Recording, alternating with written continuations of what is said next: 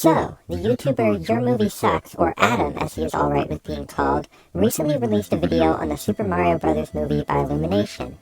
The video, as the title says, is a review of the film where he goes over several of his criticisms of it.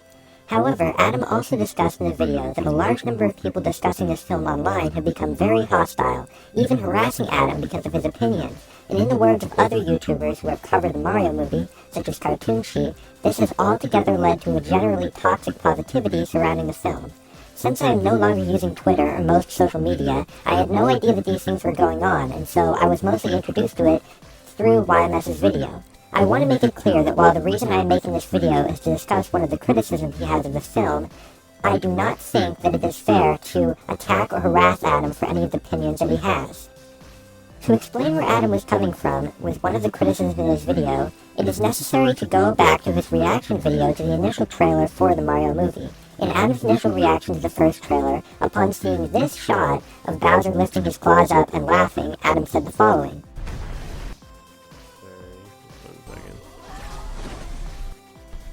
Okay.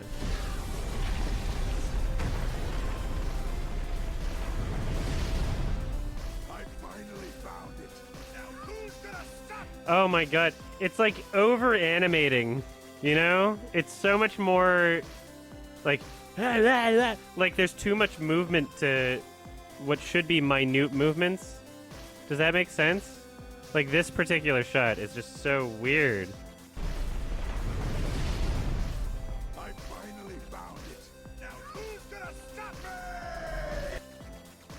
I don't like the over-animating. I don't like that. There's something off-putting where I think it's so much more artful to communicate the same emotions of the characters, but in ways that are more subtle.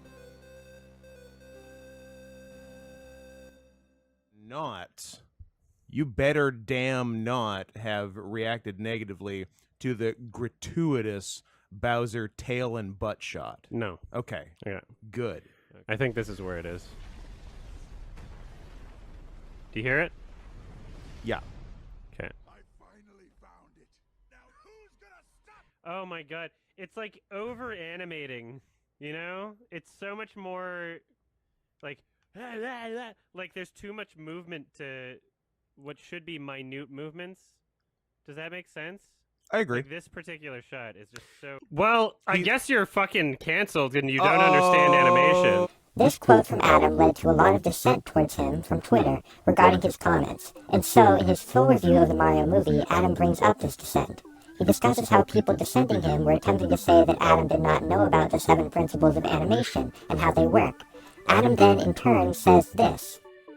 The shot of Bowser where his movements felt overly exaggerated compared to other shots and other characters, and I use the word over-animated to describe it because any adult would understand what I mean when I say that. Now, even though my audience is mostly adults, there were some babies that happened upon my video. They clipped that section out of the video and reposted it on Twitter, and then their demographic of babies wound up signal boosting it even further, and most of these people were seriously saying that it is not possible for something to be over-animated. Wow, this guy obviously never read the 12 Principles of Animation. Yes, the 12 Principles of Animation, where it clearly states that there is no such thing as a shot where a character's movements can seem over-exaggerated compared to other shots or characters. That doesn't exist, and that is obviously shown in the 12 Principles of Animation. I clearly read it. Now, I want to begin by saying that I think a large part of what started this initial confusion from people who were criticizing Adam was his choice of words. When he says something like over-animated, it makes me think of many things, and it doesn't really help me understand his point very well.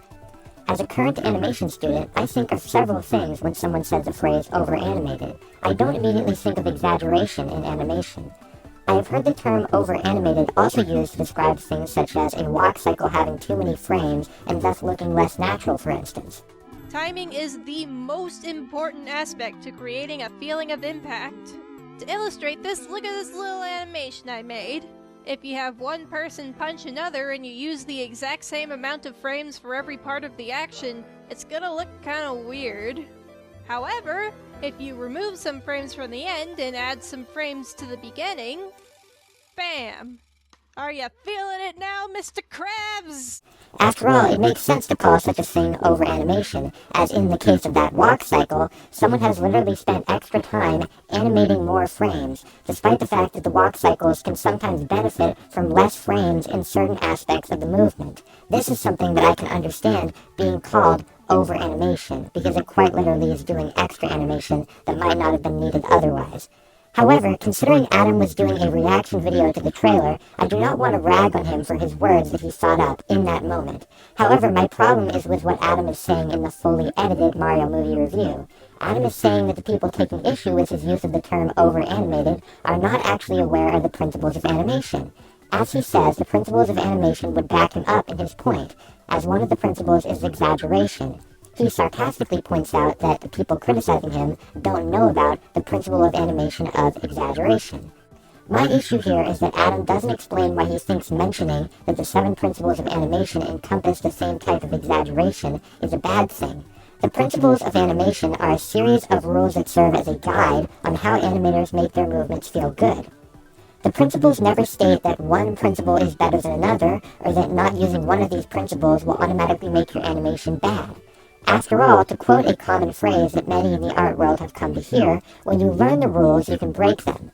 The way I see it personally, there are plenty of pieces of fantastic, critically acclaimed animation that do not use all of the principles. For example, anime. The other day I was watching an anime by Kyoto Animation, who have made many of my all-time favorite animated works. Several of Kyoto Anime's anime focus on having beautiful and realistic-looking characters, and as a result, there are many sequences in the shows of this nature that do not rely on certain principles of animation, but are still well animated.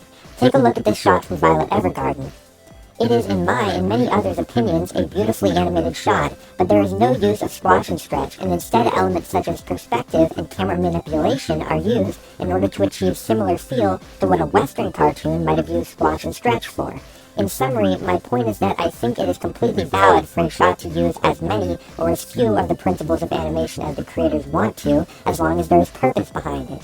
I believe that this shot of Bowser grabbing the star and laughing has a fantastic purpose for looking the way that it does. This scene of Bowser is meant to serve a critical role in the film. It serves to introduce us to critical traits of Bowser as a character. He is chasing after that star, much like how he chases after many of the other things in the film, in a way that is distinctly him. The way his laugh looks and the way his movement looks are a distinct part of Bowser as a character. It wouldn't make sense for Mario to be making these same movements. No, it is distinctly his. Additionally, I would not want this shot to be animated in the same way that this other shot from Violet Evergarden is, because they have completely different purposes and are meant to make you feel completely different things. In conclusion, I want to make it clear that Adam is entitled to his opinion on this film, and I am not making this video because I have an issue with his score for the movie, or something stupid like that. I actually have stepped away from Twitter completely, and I do not want to involve myself in any of this drama, so I don't know anything about what exactly was said to Adam or to other people who had criticisms of this movie. However, even I as an outsider can say that there is never a justification for harassing Adam or harassing any other critic. As other great creators such as Cartoonshi have said, it's not fair to ever come up with any kind of excuse to harass someone. I just want us to be able to live in a world where we can have calm, rational discussions about animation. So please, if you have more you want to expand on and discuss Adam's video in the comments, feel free to do so. I would love to hear more of what you think in the comments. As long as you please make sure to be ethical and reasonable about it. Thank you very much for watching, and I hope you have a great rest of your day.